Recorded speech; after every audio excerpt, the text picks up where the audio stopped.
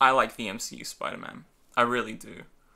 But given the liberties it's taken, namely, you know, taking Miles Morales' story and mixing it in with Peter Parker's, I can't help but come up with my own pitch, idea, fantasy of how this all could have played out differently. Whenever the decisions behind the MCU Spider-Man are talked about, they keep reiterating that they do not want to retread the steps of the old movie. They want to leave it in the past. So that's why we haven't seen people like Gwen, Harry Osborn, Mary Jane. Instead, we get Liz, Betty Brant, who I know is in the other movies, same as Flash Thompson. I mean, even Uncle Ben, his story isn't told. It's just told through vague terms by Peter to Tony Stark in Civil War. However, there is a completely different way that they could have gone about this while keeping the same spirit of not retreading their old steps. And it starts with 2 words.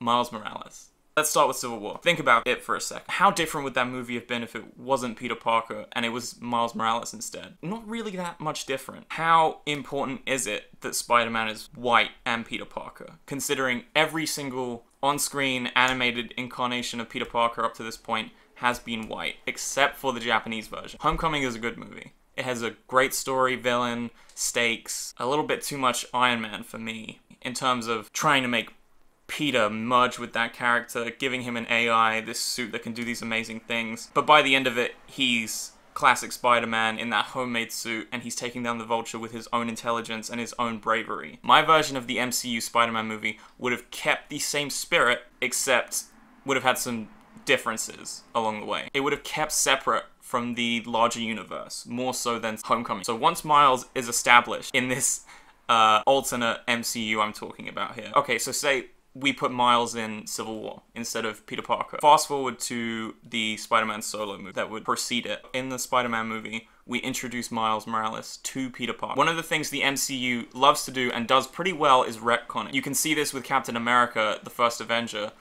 In Iron Man 1, there is no mention of Captain America, nor should there be really. But if you were going to do it chronologically, that movie would come first. But they made Iron Man first. The same with Ant-Man. Ant-Man really cements that the universe has been having things like this go on for much longer than you could consider, with Hank Pym being Ant-Man all the way back in the 60s. I get the feeling that we're going to get this with the X-Men and the Fantastic Four as well, later on down the line, if those movies are being planned now that the... whatever. This version of Peter Parker would have been an active hero in the 90s, starting out at age 15, and his whole career he would have faced the Green Goblin. That's his main threat, Norman Osborn, and I'm talking classic Green Goblin. I think that would be really powerful on screen, if not a bit goofy, but it would play into the fact that it was the 90s and things were a bit different back then. So Peter Parker's Spider-Man career would end with the imprisonment of Norman Osborn by S.H.I.E.L.D. or whoever. I'm going to say S.H.I.E.L.D. because I guess it just ties in better. This would allow Peter to retire, fall in love, and grow up to be a teacher, similar to the J. Michael Straczynski run. I hope I said that right. His responsibility changing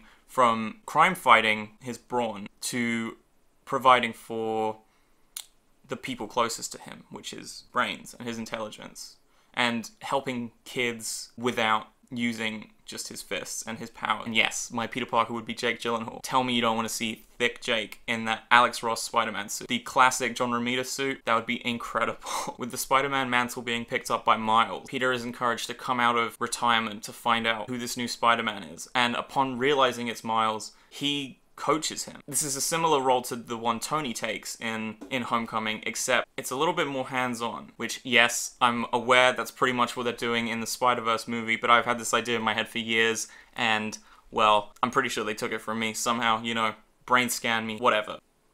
You can say that Miles picking up the mantle of Spider-Man in this particular story robs him of any character development, but I think that's bullshit. Miles has always been the second character to pick up the mantle of Spider-Man full-time. I know Miguel is technically the second, but in terms of the timeline, Miguel's third, because it's the future. I see no reason why it can't be Miles in the MCU, especially since they took a lot of Miles' elements and applied it to Peter. You know, him going to that special science school, Gain Key, completely being adapted into Ned Leeds. Even Brian Michael Bendis, who co-created Miles Morales with Sarah Pichelli, came out and said it was bizarre. It's so strange that they would take these elements so that you can't really adapt a Miles story without people saying now it's a rip-off of what the MCU did with Spider-Man. I guarantee you more people saw Homecoming than read Miles' solo book. If only there was some sort of reason why they chose to go with Peter instead of Miles, you know?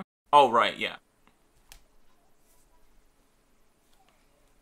That's how the industry works. Go off, I guess. That's as far as I get story-wise. If you want to do the Death of Spider-Man story later on, Norman's in prison somewhere. Or maybe he even escaped during the fall of S.H.I.E.L.D. in Winter Soldier. Who knows? But the possibilities are out there now. But this way you get a cake and a fork to eat it too. You get young Spider-Man, old Spider-Man, classic and new. Hell, maybe even make the villain Aaron Davis as the Prowler, Miles' uncle. You can even keep the same plot, except without Peter taking away Miles' suit and encouraging him to make his own decision about it, the same way Peter did, which mirrors Peter's experience back in the 90s. As far as Spider-Man's involvement in the Avengers goes, just maybe put the older Spider-Man on the main team and have Miles on the Champions or something, because why would you put a 15-year-old on the Avengers? It doesn't make sense. It just doesn't. It's reckless endangerment. Also, this way, the animated movie can be based on Spider-Man 2099. Imagine how cool that would look on screen. I really hope they put Miguel O'Hara in Spider-Verse, by the way. I'm calling that now. I really hope so. Thank you for watching. Let me know your thoughts. I'm really interested to see what people have to say about this. I've been thinking on this for a while, and I'd love to see what you guys have to say. Thank you so much for listening to me babble about Spider-Man. I hope I get to do this again. Thank you.